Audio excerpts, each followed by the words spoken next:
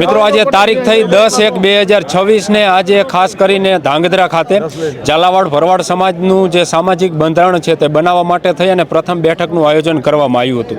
આમ તો જો કે ભરવાડ સમાજમાં વર્ષો પહેલાં જે કંઈ સામાજિક બંધારણો છે એ નક્કી કરેલા છે, પરંતુ સમય જતાં ધીમે ધીમે જે નિયમો જે કંઈ હતા, જે કંઈ આગેવાનો દ્વારા નિર્ણયો લેવામાં આવેલા હતા, એ નિર્ણયો ધીમે ધીમે ભૂલાઈ રહ્યા છે.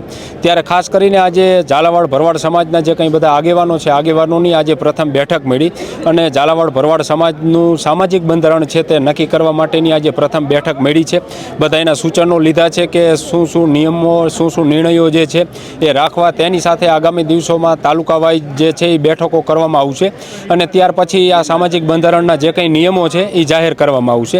અત્યારે જે કંઈ આગેવાનો છે આપણી સાથે છે, થોડી એમની સાથે જ વાત કરી. નમસ્કાર. શરૂઆત તો અહીંયાથી કરીશ કે ધ્રાંગધ્રા મુકામે જે ઝાલા ભગતનો આશ્રમ છે એ પવિત્ર સ્થળે આપણે શુભ શરૂઆત કરવા જઈ રહ્યા છીએ. સૌપ્રથમ તો હું કહીશ કે મેવાડા સામતભાઈ તેજાભાઈ વ્રજપ્રદ પ્રાઇમરી શિક્ષક. હવે અમારા ઝાલાવાડ પંથકના જે પરગણાની અંદર જે અમુક રૂઢિઓ છે, અમુક કુરિવાજો છે, જે દૂર કરવા માટે થઈ અને સમયની સાથે તાલમેલ મિલાવવા અને સમયની માંગ હોય એ પ્રમાણે વર્તવા માટે અમે કંઈક ઘણા બધા સુધારાઓ કરવા જઈ રહ્યા છીએ.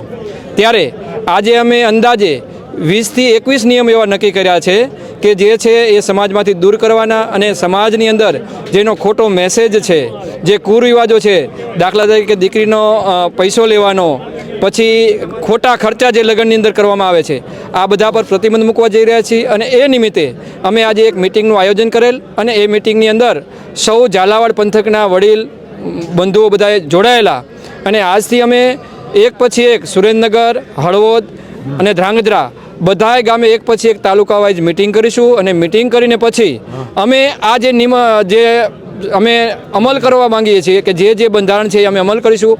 અમુક જે મુદ્દા છે હજી અમે એડ કરવા માંગીએ છીએ. નેક્સ્ટ મિટિંગ પછી આ જે નિયમ છે એનો અમલવારી થશે ને ત્યાર પછી આ નિયમ જે અમલ છે એ સમગ્ર ઝાલાવાડ પંથકના ભરવાડ સમાજ જે છે એમાં ઉજાગર કરવામાં આવશે. અને સાથે સાથે અમે એ પણ કરવા જઈએ છીએ કે ભરવાડ સમાજની અંદર જે શિક્ષણનું પ્રમાણ ઘણું બીજા સમાજ કરતાં ઓછું છે, તો અમે સાથે એ પણ મુદ્દાને આવરી લઈએ છીએ કે શિક્ષણ તરફ સમાજ દોરાય અને શિક્ષણ તરફ પ્રગતિ કરે.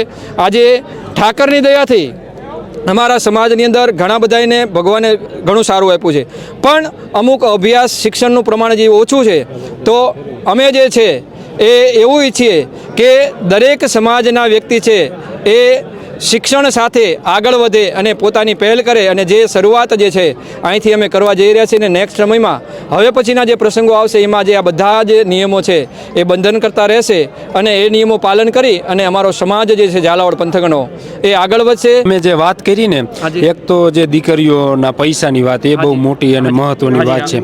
તેની સાથે એક બીજી મહત્વની વાત એ છે, તમે વાત હમણાં કરતા કે ભાઈ લગ્નમાં તો એના પણ નિયમોની છે. ત્યાર પછી મામેરા હોય કે બીજા નાના મોટા કંઈ પ્રસંગો ને બધા હોય, તો અને તમે મહત્વની એક વાત કરી કે 20 થી 21 જેટલા એવા મુદ્દાઓ છે કે એને સમાજમાંથી દૂર કરવામાં આવ્યા છે. તો કંઈક નવા મુદ્દાઓ જે છે, નિર્ણયો છે એ ઉમેરવામાં આવ્યા છે. હાજી. હવે નવા મુદ્દામાં સૌથી પહેલું તો એક છે કે જ્યારે લગ્ન પ્રસંગ હોય એની અંદર અમારા સમાજની અંદર પહેલાં તો તારે એક એવો જવાળ નીકળ્યો છે કે લાઈવ પ્રોગ્રામ ડીજેના રાખે છે અને એના અંદર જે ખોટા ખર્ચા સેજે લાખથી 1.5 લાખ રૂપિયાનો થાય છે અને એ બધાને પરવડતું નથી. તો આ બિનજરૂરી ખર્ચો છે, તો એ અમે દૂર કરવા માંગીએ છીએ જેથી કરીને એ ખર્ચો દૂર થાય. બીજા નંબરમાં આજે સોનાના આટલા ભાવ થયા છે અને છતાં દેખાદેખીથી એવું થાય છે કે સોનું લેવું પડે છે ફરજિયાત. તો એમાં પણ અમુક અમે નક્કી કરેલું છે કે ભાઈ આટલું જ સોનું, એથી વધારે નહીં. આવા બધા નિયમો નક્કી કર્યા છે અને એ પ્રમાણે અમે અનુસરવા જઈ રહ્યા છીએ. પૈસાની વાત થઈ, દીકરીઓના પૈસાની, એ બહુ મોટી મહત્વની વાત. એમાં ખાસ કારણ કે એ નિર્ણય મહત્વનો છે. હા. હવે અત્યાર સુધી ભરવાડ સમાજની અંદર દીકરીઓના જે પૈસા લેવામાં આવતા હતા અને ખરેખર એ જે પૈસા છે એ કુરિવાજ કહેવાય.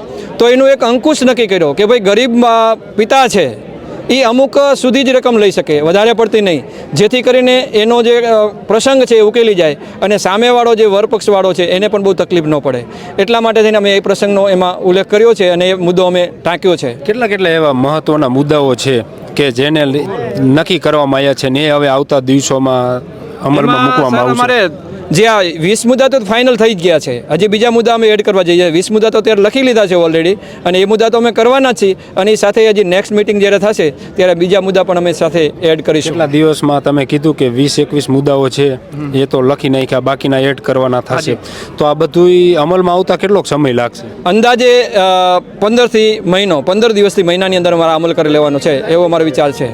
તેની સાથે તમે ઝાલાવાડ આખી વાત કરી, તેમાં હળવદ પણ એમાં જ આવે, એટલે કેટલા તાલુકા ને બધાય છે? હવે એમાં તાલુકામાં ધ્રાંગધ્રા, હળવદ તાલુકો આખો, પાટડીના અમુક ગામ આવે છે, સુરેન્દ્રનગર અડધું આવે છે, અને મૂડીના અમુક ગામ આવે છે. બસ આટલા ગામ એની અંદર ઇન્વોલ્વ થશે. તેની સાથે હવે એક છેલ્લી વાત, આ જે સામાજિક બંધારણ છે એ નક્કી કર્યું બધા આગેવાનોએ થઈને, માની લીધું કે જે પરિવાર જે કુટુંબ ન માને તો એની માટેનો કંઈક રસ્તો તો કાઢવામાં આવ્યો છે? હાજી, એના માટે પણ સર અમે રસ્તો કરેલો છે કે જો કોઈ વ્યક્તિ હોય આ નિયમ જે છે એને એ નિયમમાં ન એને અનુસરે અને એમાંથી બાદ થાય તો એક તો એને અમારા ટોટલી ઝાલાવાડ પંથકમાંથી સમાજમાંથી બહાર મૂકવાનું રહેશે, અને એના માટે પણ અમુક એક અમે રકમ નક્કી કરી છે, એ રકમ એની પાસે દંડ વસૂલવાની રહેશે, અને એની સાથે કોઈ પણ સમાજનો વ્યક્તિ એની સાથે વર્તમાન નહીં કરે, આવું અમે બંધારણ નક્કી કરેલું છે.